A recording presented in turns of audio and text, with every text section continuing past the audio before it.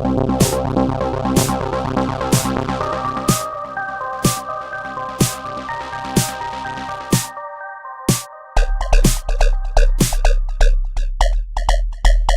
up you guys, my name's Dan and welcome to The Vault. Today I'll be reviewing the shootout comedy Free Fire, or as I like to call it, the longest shootout ever. Starring Sharlto Copley, Brie Larson and one of my favourite personal actors, Cillian Murphy. The story for this one is about as simple as you can get. It tells of an arms deal that very quickly goes south and has our characters being shot at left, right and centre. The only word I can use to describe this film is crazy. The initial gunfight starts off from such a small conflict, but then gets bigger and bigger as the film goes on. This is the entire premise of the film. It's such a simple one, but it totally works, and it doesn't require a lot of brain power from the audience. It says to you, hey, audience member, here I am. I'm about to show you people putting bullets into one another while they laugh about it. Simple. And it was because of this simplicity, I know what they say, simple things, simple minds, that I was initially very eager to see the film. The trailer had me interested without showing too much, and the more I read up about the film, the more interested I was. I think another reason this film works so well is because of the cast.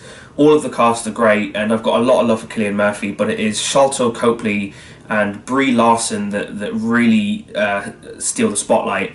From Copley's overcompensating, thinks he's slicker than he is character, to Larson's strong female character who manages to hold her own amongst all the bullets and testosterone. Praise should also be given to the director, Ben Wheatley, who has taken this simple idea and turned it into the functioning, well-paced beast that it is. He also does very well at not keeping the characters too static, moving them behind this bit of wall or behind that pillar. I think his attention to detail and his consistency will make him a director to really look out for. It's almost like watching art, the way he moves each individual player around the set. It's really something to watch. Credit also to the set designers. The set was absolutely incredible. It looked like so much fun to act and play around in, and it must have been so gratifying for the actors and for the director and for everyone involved to work and be a part of that set and that film. I could think of a few people who would love nothing more than to have some kind of airsoft or Nerf battle on a set like that. Another strength of this film is that it's very short. It gives you the circumstances of what's happening and then moves swiftly along.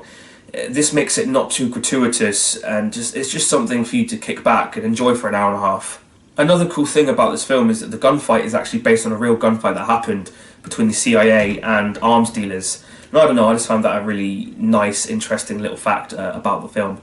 My only nitpicky things with this film is that it didn't really grab me at the beginning, and some of the comedy didn't really hit me, but then comedy is subjective, so maybe you know when you guys watch this film you'll find it funnier than I did. All in all, this is an enjoyable little film that teaches us if the deal involves M16 rifles, then you should probably bring M16 rifles and not bottle people's cousins, because those kind of things lead to shootouts apparently. So, you know, as always though guys, let's see if Free Fire belongs in the vault. What's up guys, welcome back to the Blackboard yet again. Today we are going to see if Free Fire belongs in the vault. Question number one, was this film entertaining? Was I bored at any point when I was watching this film? This film was entertaining, but it didn't really grab me at the start of the film. It started off pretty slowly, and whereas the rest of the film was very entertaining and quite fun, I believe that a film should grab you in the first 10 to 15 minutes. So for that reason I'm going to unfortunately give it a cross. Question number two, how was direction, music, etc.? Did it make the viewing experience any better? The direction was fantastic. The way Ben Wheatley moved each individual character around this specific set, and there were a lot of actors and characters in this film, so that was quite amazing.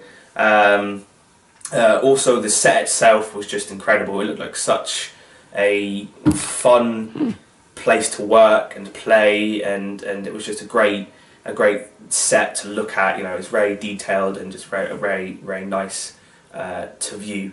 So for that, I'm going to give it a tick. Question number three, did the film elicit an emotional response? Did I empathise with any of the characters? The film didn't really elicit any kind of emotional response. As I've already said, a lot of the comedic beats didn't really hit me, didn't really come across to me as funny.